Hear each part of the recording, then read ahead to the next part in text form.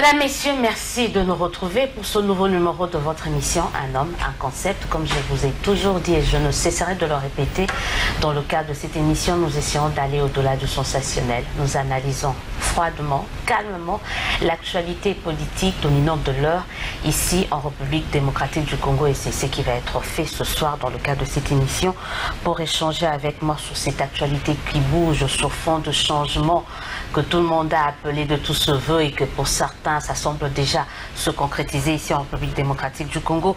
J'ai le plaisir de recevoir pour la première fois dans cette émission Maître Pépin Guillaume Manjolou. Bonjour, bonsoir et bienvenue. Bonsoir, Madame Audière. Alors, très heureuse de vous retrouver dans le cadre de cette émission. Vous êtes avocat, essayiste en philosophie, en philo-politique, mais également secrétaire général de l'Union des libéraux démocrates chrétiens ULDC, le parti cher à Raymond Tshibanda Tongamulong, ex-ministre des Affaires étrangères. Ouais. Alors, vous venez récemment de publier un ouvrage intitulé « La révolte métaphysique d'un jeune Congolais ». On va aborder l'actualité, mais parlez-nous un peu de votre ouvrage. Merci infiniment déjà par rapport à l'intitulé de votre émission qui me paraît être dans les périmètres immédiats de mes activités, un homme, un concept. Les penseurs, comme on dit, comme aiment le dire d'ailleurs les professeurs et éminents philosophes et érudits Kamana, lorsqu'il m'a inclus dans son groupe des réflexions. Et les penseurs sont les gens qui, chacun, de leur côté, ont des usines à concepts. Nous sommes là pour créer des concepts et les appliquer à la société, à la civilisation, si on veut, à une communauté, à un moment donné, à un temps donné. Et je suis très heureux d'être dans une émission où il est question de l'homme et des concepts. Bon, en ce qui concerne ce texte, c'est une réflexion que j'ai organisée de manière très particulière, qui se passe dans une dynamique épistolaire. C'est-à-dire qu'il y a un père qui écrit à son fils, mais au départ, ils sont dans un village quelconque de la RDC, quelque part. Bon, les gens m'ont dit qu'en lisant, ceux qui ont pu lire un peu, que c'était au Kasaï. Et au départ de ces villages, le fils veut quitter le village pour aller en ville, aller aussi devenir quelqu'un. Et alors, il a été très bien formé par son père, par rapport à la tradition, par rapport à la civilisation occidentale, les mimétismes habituels liés aux sciences qu'on apprend. C'est quelqu'un qui s'est investi dans les livres, beaucoup de livres, qui a appris beaucoup de choses à son fils. Et les fils arrivent drapés de cette idée de connaissances particulières et à la fois de la tradition, et, comment dirais-je, qui est la nôtre. Et arrivant en ville, il est vraiment déçu de voir l'organisation, la pollution de la ville.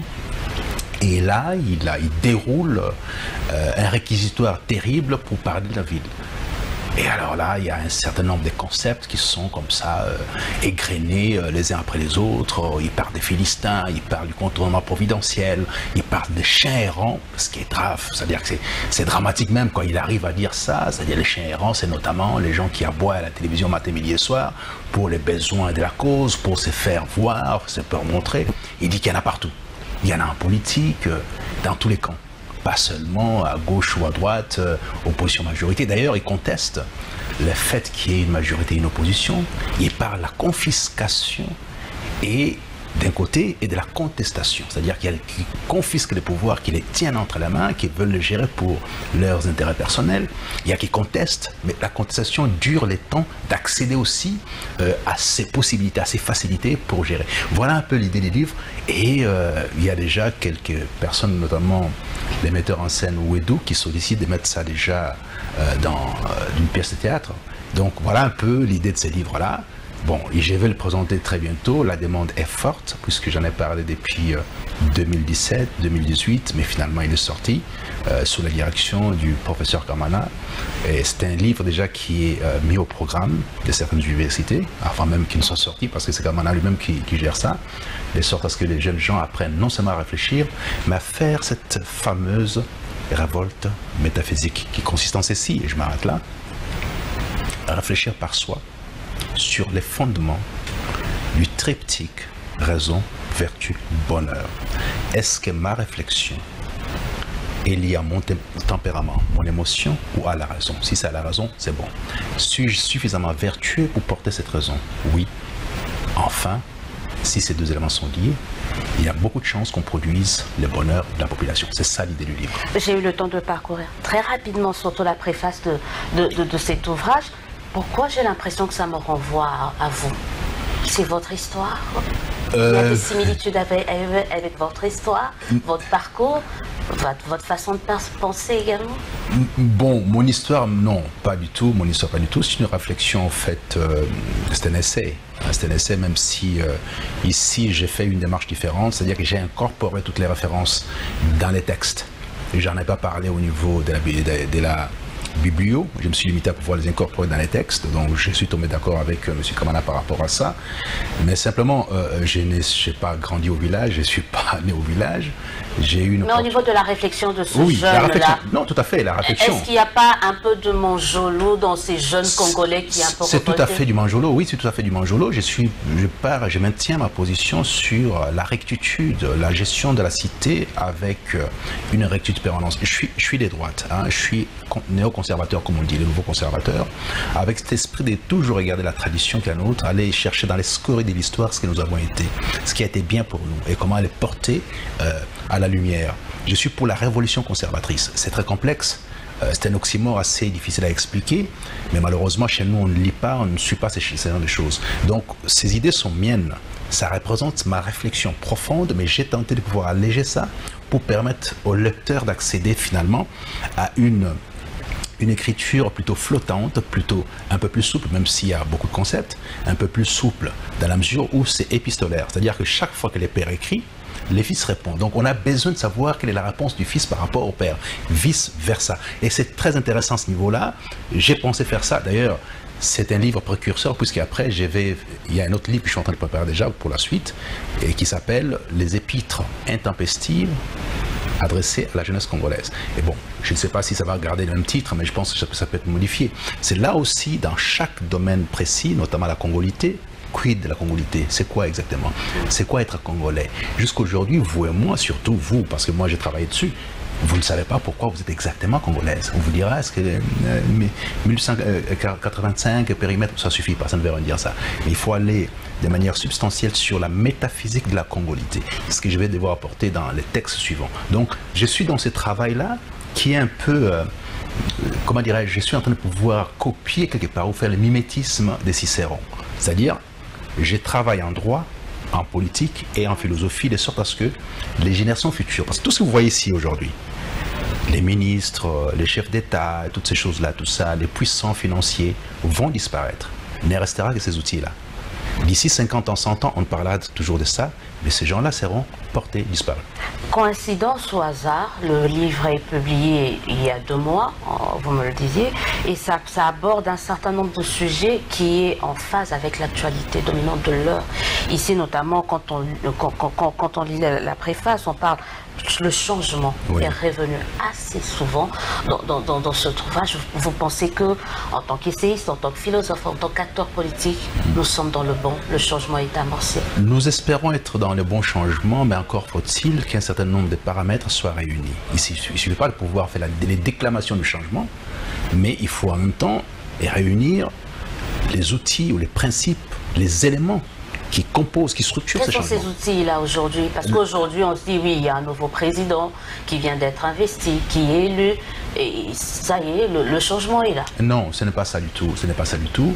Je pense que la phrase clé que j'ai retenue, c'était la dernière phrase à la dernière question qui a été posée au chef de l'État sortant, Joseph Kabila Kabange, lorsqu'on lui a dit qu'est-ce qu'il a raté. Il a répondu l'homme congolais. C'est-à-dire que quand on n'a pas encore structuré cette mentalité particulière, on n'a pas mis en place les curseurs pour dire c'est quoi la raison majeure dans une république, c'est quoi la raison mineure. Or, nous travaillons tout le temps, nous applaudissons les raisons mineures, pas les raisons majeures. Vous savez-vous que la RDC n'a pas de prix littéraire, n'a pas de prix en philosophie, n'a pas des noms des rues qui portent, des rues qui portent les noms des philosophes, des grands penseurs. Nous avons un des plus grands penseurs de la planète qui s'appelle Yves Valentin Mudimbe, inconnu en RDC, superstar aux États-Unis. Je pense même qu'il doit avoir enseigné quelqu'un comme Condoleezza Rice. Il a eu la chaire de philosophie. Culture et art, c'est la civilisation. Notre civilisation, c'est d'abord les bâtons d'Ishango. C'est toutes les épopées des entités précoloniales. C'est 1885, 1903. Qu'est-ce qui s'est passé en cette période-là?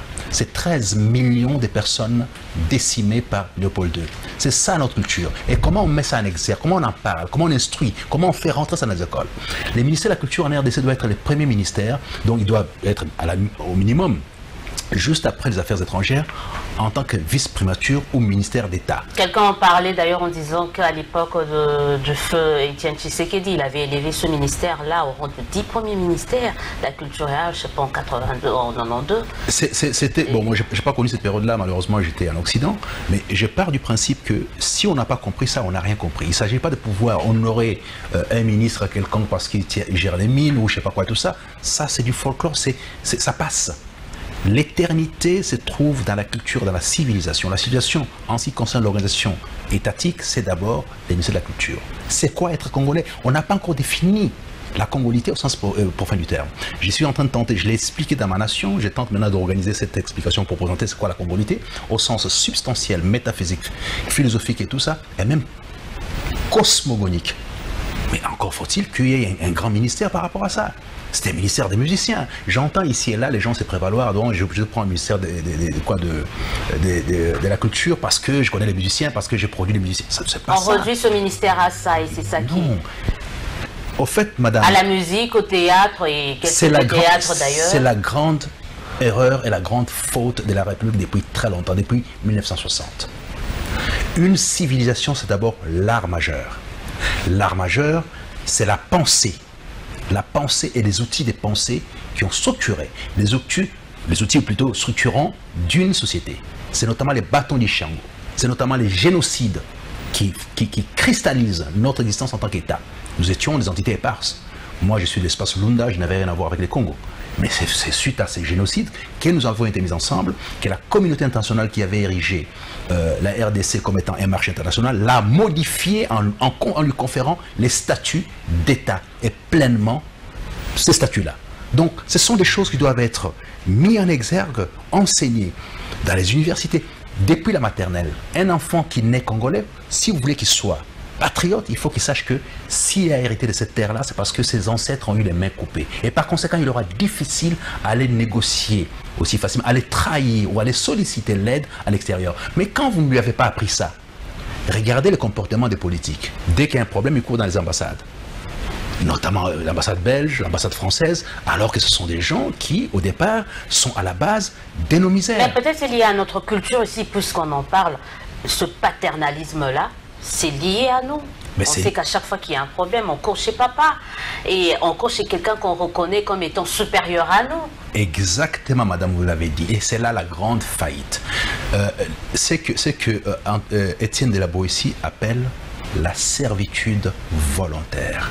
C'est-à-dire que c'est lui qui vous a mis en esclavage, qui a coupé vos mains, vous vous soumettez à son autorité en permanence. Regardez la manière dont nous parle M. Macron. Il écrit à son collègue une correspondance. Sans en tête ou avec en tête. Et en plus, en lui enjoignant de pouvoir établir la maison Schengen. Avez-vous déjà vu ça? Quand on félicite un collègue, un homologue, en lui disant ce qu'il doit faire chez lui dans son pays. De l'autre côté, on ne s'est pas plaint. Hein. On a applaudi ici aussi. Mais non, mais non. C'est bien beau Je ne pense pas que ça soit la bonne démarche. C'est ça la servitude volontaire. Et moi, je suis là pour alerter en disant ce n'est pas bon. J'ai vu la correspondance aussi du ministre des Affaires étrangères belge qui disait être satisfait moyennement de l'avènement de Félix Antoine Tshilombo Tshisekedi, mais néanmoins sollicité à ce que la maison Schengen soit réouverte. Je trouve ça indécent, mal poli, inacceptable, indigne. On ne peut pas s'adresser à un chef de l'État en ces termes-là, en lui enjoignant de faire des choses.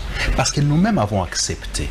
Parce que lui-même, Monsieur le Président de la République, à un moment donné, est parti vers ces gens-là sans cesse. Ce qui fait qu'il se sent avoir l'autorité sur lui. Redevable aussi. Ben oui, quelque part. Donc, voyez-vous, c'est toutes ces choses-là. Mais comment faire pour couper avec ce paternalisme-là? On a besoin de vous.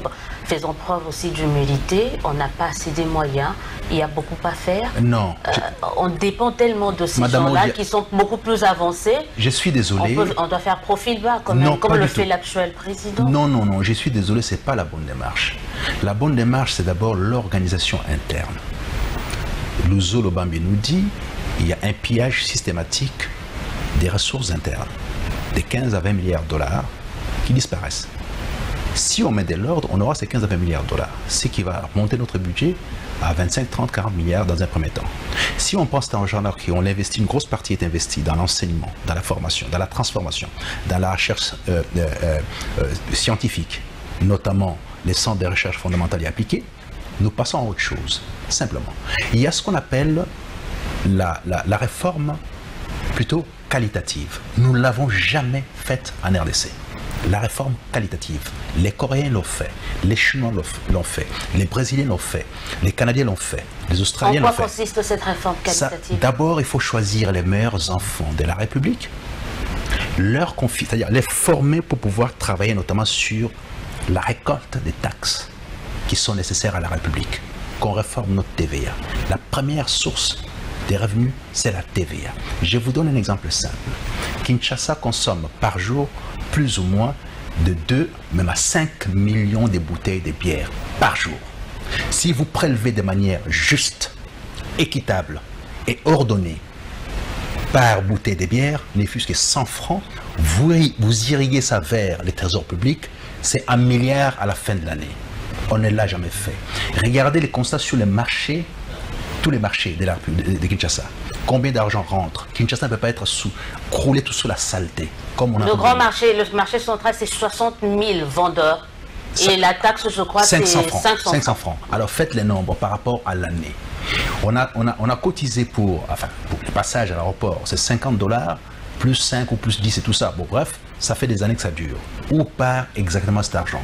C'est une question de discipline d'organisation dans un premier temps. On n'a pas besoin d'aller commander 10 millions de dollars parce qu'habituellement, on ne donne pas grand-chose. C'est dont vous entendez parler. J'ai travaillé pendant presque 10 ans avec les ministères Mochibanda et à la coopération et aux affaires étrangères. J'ai vu, par exemple, les pics 2010-2013 entre la RDC et la Belgique étaient de 405 millions d'euros. Ces 405 millions d'euros jusqu'à aujourd'hui, depuis 2010, on n'a jamais fini de donner ça. Et en plus, quand ça arrive, c'est entre les mains de la coopération. On ne touche même pas. Il y a des intermédiaires, des sous-traitants qui sont des ONG qui viennent de chez eux, dont la rétrocommission, ou ce qui part en termes de frais par rapport à ce que, comment dire, de frais de fonctionnement, est beaucoup plus important que la misère qu'on nous Mais quand verse. ça arrive chez nous, auprès de nos autorités, ça entre directement dans leur poche. C'est ça aussi le dilemme. Il y a beaucoup de ça aussi. C'est ça en fait. Quand vous n'avez pas fait la bonne réforme, plutôt de type qualitative, ben on est toujours là. Qualitative, c'est la personne en fait. Il s'agit des personnes. Et il s'avère tout simplement que jusqu'à aujourd'hui, on n'a pas fait cette réforme-là. Hein? Les gens qui vont récolter l'impôt, ce sont les mêmes qui consomment cet impôt-là au passage. Et ces gens-là ne sont pas sanctionnés. Alors, dans un cercle vicieux. Ben oui, dans l'homme et la structure, je présente les mécanismes pour pouvoir, honorer ces gens-là, les mettre dans de bonnes conditions. Imaginez-vous un seul instant qu'un inspecteur des finances qui va récolter l'impôt, notamment la TVA, touche 10 à 15 000 $ par mois. Il a un crédit maison, un crédit hôpital, un crédit plutôt soins médicaux, un crédit vacances. Et on lui dit, voilà, au cas où vous faites faillite dans votre mission, c'est plutôt 30 ans de prison à boulot. Sanction négative. Vous imaginez? Cette personne ne fera jamais les moindres faux pas. Parce que cette personne a tout ce qu'il faut pour rencontrer cette préoccupation-là. Et les caisses seront pleines. Mais malheureusement, cette réforme, on n'a jamais pensé à ça. Ceux à qui on donne de l'argent ne servent à rien du tout par rapport à la République. Ceux à qui on devait donner l'argent, on n'a jamais fait. Alors ils passent leur temps pour pouvoir piller. Donc on est dans un cercle vicieux malheureusement parce qu'on n'a pas pu. Finalement, il faut qu'on arrive à briser ce cercle-là pour que les choses avancent. Tout à fait, je suis d'accord. Alors là, on parle vraiment du changement et pour certains aujourd'hui, le changement signifie faire le tabula rasa. Mais ça n'existe pas, ça. Ils doivent tous partir. Mais non. Les Manjolo, les Chibanda, non, tous, tout le SCC, prenez la porte. Je vais vous donner Donnez-nous du nouveau. Non. Ceux qui n'ont jamais géré, les Maboko Pembe, comme on les appelle aujourd'hui. Je vais vous donner 2-3 exemples assez rapidement. Madame, en fait, gérer la République, il faut apprendre à la gérer. Ça ne s'improvise pas. Vous avez l'exemple de Charles de Gaulle, après la Deuxième Guerre mondiale. Vous avez l'exemple de l'AFDL avec Laurent Désiré Kabila. Lorsqu'il arrive avec des gens qui voulaient faire partir tôt, on a vu que 90% étaient incompétents. C'est la vérité. Ils étaient incompétents. Ils n'ont jamais tenu un stylo, ils ne sont jamais assis dans un bureau. Ils ont passé leur temps dans le salon à critiquer, à boire de la bière, tout simplement. S'asseoir dans un bureau, confectionner un projet de correspondance, gérer un dossier, l'orienter, ce n'est pas donné à tout le monde. La population congolaise a été très très mal formée depuis une trentaine d'années. Vous avez un paquet de licenciés qui savent à peine lire et à peine écrire. À peine lire, à peine écrire. Le pourcentage des gens suffisamment instruits est très très petite. La diaspora est composée d'une minorité qui a étudié, qui travaille, d'une grosse majorité qui est dans le commerce et tout ça. Et bon, des combattants voilà. Qui sont restés plus pour le combat pour la démocratie. Mais c'est pas ces profils-là qui permettraient de pouvoir mettre en exergue la substance de la pensée politique et philosophique. C'est impossible. C'est pas ces structures-là qui vont devoir proposer la réforme qualitative. Ça n'existait pas. Donc il ne faut pas rêver. On n'efface pas pour remplacer. Ça n'existait pas. Cette révolution, au sens qui avait été prévu par Lénine, n'a pas été opérationnelle. Lénine avait prévu une révolution. D'ailleurs, lui partait du principe qu'il fallait absolument que les groupes qui étaient là puissent aller travailler au champ, que les groupes qui étaient au champ passent au-dessus. Ça n'a jamais existé. L'humain ne fonctionne pas comme ça. Bon, donc, on a deux exemples. Kabila père, qui voit la faillite des gens qu'il avait amenés. Il a dit que c'était un conglomérat d'aventuriers. Il est parti rappeler les Mobutistes pour les ramener aux responsabilités, notamment les pères Bemba. Alors que bon, parmi les Mobutistes, les pères Bemba, ce n'était pas un exemple, ce n'était pas une référence. Il était patron de la FEC à l'époque à Neza. Ça s'arrêtait là. Il n'avait pas la qualité pour gérer le ministère de l'économie. Mais en même temps, tous les Mobutistes sont revenus. Ils sont là. Ils sont là, on ne les a pas effacés. On ne compose pas les pays en écartant une partie au profit des nôtres. On fait en modifiant ou en appliquant les règles de manière substantielle, de manière dure. On met la discipline, on réorganise les choses, on oriente vers l'essence, on essentialise en fait. On part du principe qu'il faut d'abord la culture, l'identité nationale. Quand vous avez touché à l'identité nationale, vous savez ce que vous pouvez faire pour la RDC, ce que vous pouvez jamais oser faire. La question que je pose pour la congolité dans ma nation, chaque matin posez-vous la question. Si l'acte que vous avez posé en journée est conforme à l'aide à la RDC ou à torturer la RDC. Alors là, vous saurez si vous êtes congolais ou pas. Donc, cette question est permanente dans les chefs de ceux qui dirigent. Et malheureusement, ça n'a jamais été posé. Ben oui, on est d'accord, ça c'est bien beau, mais la population, elle se dit, elle a été tellement livrée à elle-même qu'elle n'avait plus voir ses anciens visages qui pour elle sont à la base de sa ruine, de sa désolation, de sa pauvreté. Comment concilier l'ancien du nouveau? Voilà. Bon, je pense qu'on n'est pas aussi, on ne doit pas être aussi, comment dirais-je, ouvrir la porte à la réhabilitation des gens qu'on ne peut pas réhabiliter. Il y a des gens qu'on ne peut pas réhabiliter. Je suis désolé. Quels sont ces gens, typologie, pas les noms, mais quels sont ces types de gens qu'on ne peut pas réhabiliter ou qu'on ne doit pas voir dans ce changement qu'on est en train d'amorcer ici? Un exemple simple. Vous courez pour tripatuer les élections pour être député national. Une fois élu député national, par des moyens que vous-même savez, vous voulez être ministre. Ça n'est pas normal. Si vous courez pour député national, c'est pour rester à l'Assemblée nationale parce que vous avez des choses à proposer. Je dis par exemple qu'il y a la loi sur la nationalité jusqu'à aujourd'hui n'est pas proposée. Donc les députés ne doivent pas être des ministres, ne doivent pas prétendre à devenir ministre. La quotité doit être restreinte. Donc ça c'est un élément, c'est une piste par rapport à ce que je suis en train de dire pour pouvoir répondre aux exigences de la population. Les gens qui ont été ministres pendant 10 ans, 5 ans, full et tout ça, n'ont pas à revenir de nouveau. Parce que les conséquences de leur gestion sont là. Et que par conséquent, vous n'avez pas de prétentions nouvelles. Vous n'allez pas vous réformer parce que maintenant c'est une nouvelle législature. Non, c'est pas possible. Il faut absolument. Peut-être avec une nouvelle impulsion venue d'en haut, ça peut changer les choses. Non, vous n'êtes pas. Non. Il n'y a pas de mauvaises troupes, il n'y a que de mauvais chefs. Il y a des arbres qui sont tellement penchés, courbés, tordus, qu'on ne peut pas les redresser. Les racines irriguent, alimentent un arbre complètement tordu. Mais je pense qu'il y a moyen aussi de ramener la jeunesse, de renouveler fondamentalement des nouveaux visages, mais qui sont épris de justice, qui sont conséquentes avec la réalité sociologique et qui peuvent apporter autre chose. De tous bords, vous pensez qu'il faut un rassemblement général, réconciliation de tous bords, gauche, droite, opposition, cache, Lamouka, FCC, tout le monde, l'UDPS a été les premiers fournisseurs du personnel politique. Depuis Mobutu jusqu'à Kabila père, jusqu'à Kabila fils. L'UDPS a été les grands fournisseurs du personnel politique. Donc l'UDPS ne vient pas à prendre les pouvoirs. Les cadres de l'UDPS ont été, depuis les capitales et les autres, ont travaillé. Mais c'est pour le même résultat. L'UDPS a été l'autre face de la médaille du impair. Et qu'on sait très bien que les cadres de l'UDPS qui étaient cadres du impair étaient dans le même système. Et on continue avec les systèmes chaque fois qu'ils avaient l'opportunité d'être en responsabilité. Quelle est la gestion des Bagibanga? Quelle est la gestion des Chibala? Les preuves sont là. C'est-à-dire on ne peut pas me dire que ces gens-là ont été tellement propres parce qu'ils étaient UDPS, c'est faux. On voit encore les décrets qui viennent tomber qui posent problème en termes d'éthique. Donc, ce n'est pas de ce côté-là qu'il faut voir. Je pense qu'il faut redescendre vers la jeunesse, de nouveaux visages, mais des visages qui sont qui ont des qualités, qui sont imprégnés de la congolité au sens où je sais l'expliquer, de la discipline du travail, mais qui savent aussi, qui ont déjà travaillé au moins.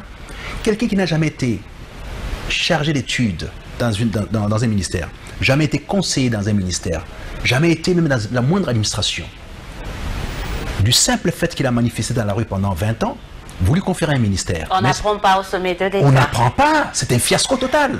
C'est un fiasco total. Mais quelqu'un aussi, de la même façon, qui a été ministre pendant 20 ans, 10 ans, 15 ans, ou dans plusieurs gouvernements, il n'a pas vocation à revenir. Il faut que les gens apprennent, en dehors de la politique, d'avoir des métiers. Écoutez, je suis avocat d'un côté, j'écris mes bouquins de l'autre côté, j'ai de temps en temps l'opportunité de vendre 10, 15 000 bouquins, tout ça, ça arrive. Donc, il faut quand même qu'on ait des métiers. Et dire, voilà, quel est mon plan des retraites au bout des moments de 5 ans, par exemple. Ça n'existait pas. Les gens sont concentrés parce que, comment dirais-je, la vache à lait, c'est les trésors publics. L'argent facile, l'argent sans effort, ben voilà, c'est même pas l'argent facile. On nous habitue aussi depuis 18 ans. Mais c'est ponctionné dans la marmite publique, dans la marmite nationale. C'est un sport qui est comme ça. Voyez-vous, et même la population à laquelle vous faites référence, vous rit au nez quand vous sortez de l'administration de l'État sans avoir quelque chose. On vous dit, mais vous êtes un humain.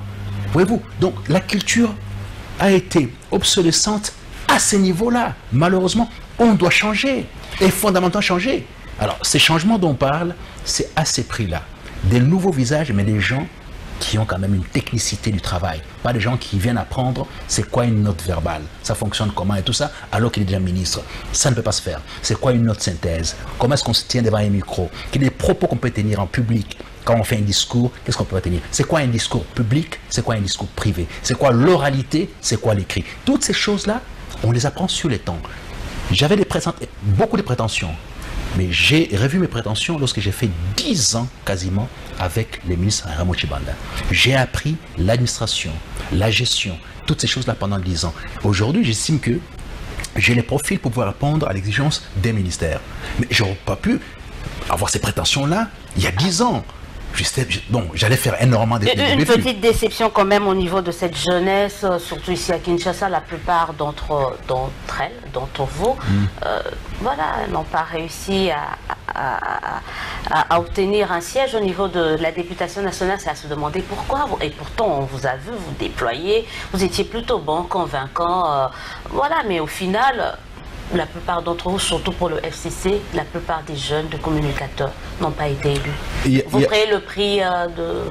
Je ne sais pas. Je ne vais pas m'avancer, mais en même temps, j'ai quand même le devoir de dire un mot par rapport à la solidarité avec les collègues qui ont fait ce travail-là pendant des longues années, qui se sont sacrifiés, qui ont été au front sans cesse, qui ont été attaqués, y compris physiquement, et menacés sans cesse, des insultes, des attaques physiques et tout ça. Donc, je pense que ça a été...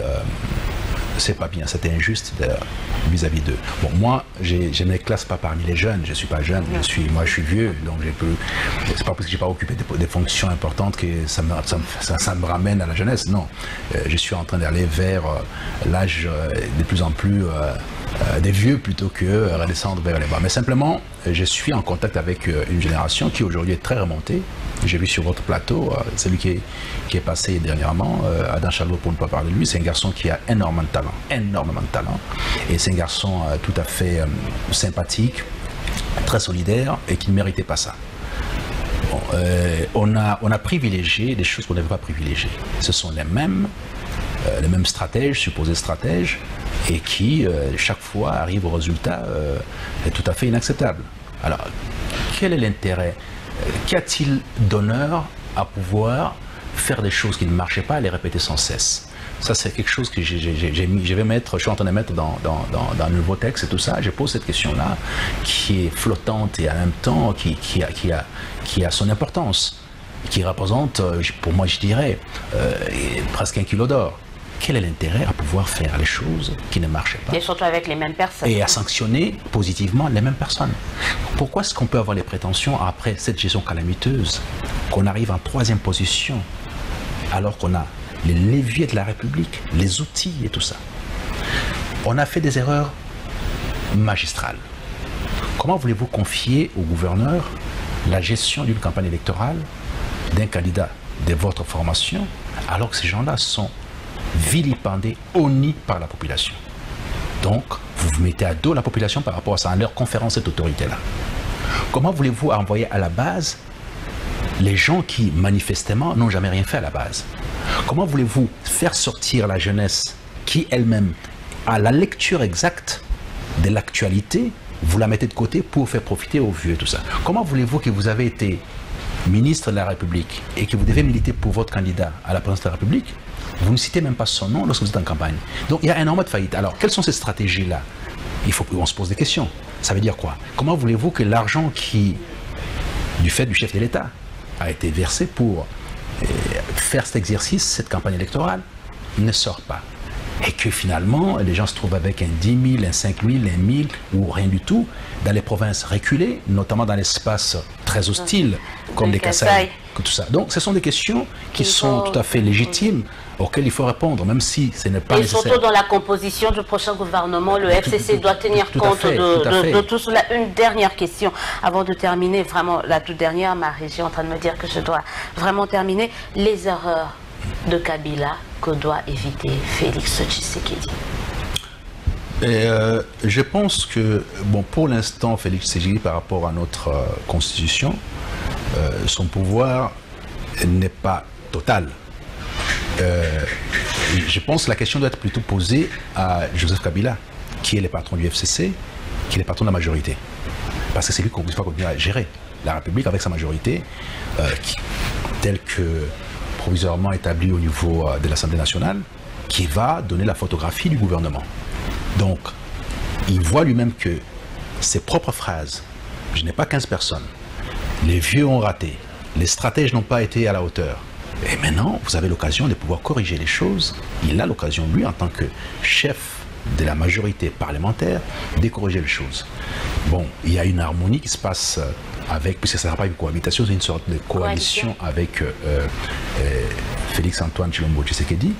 Et la constitution de 2006, telle qu'est convenue à Sun City au départ, prévoit que le chef de l'État est très limité par rapport à ses prérogatives s'il n'est pas le chef de la majorité.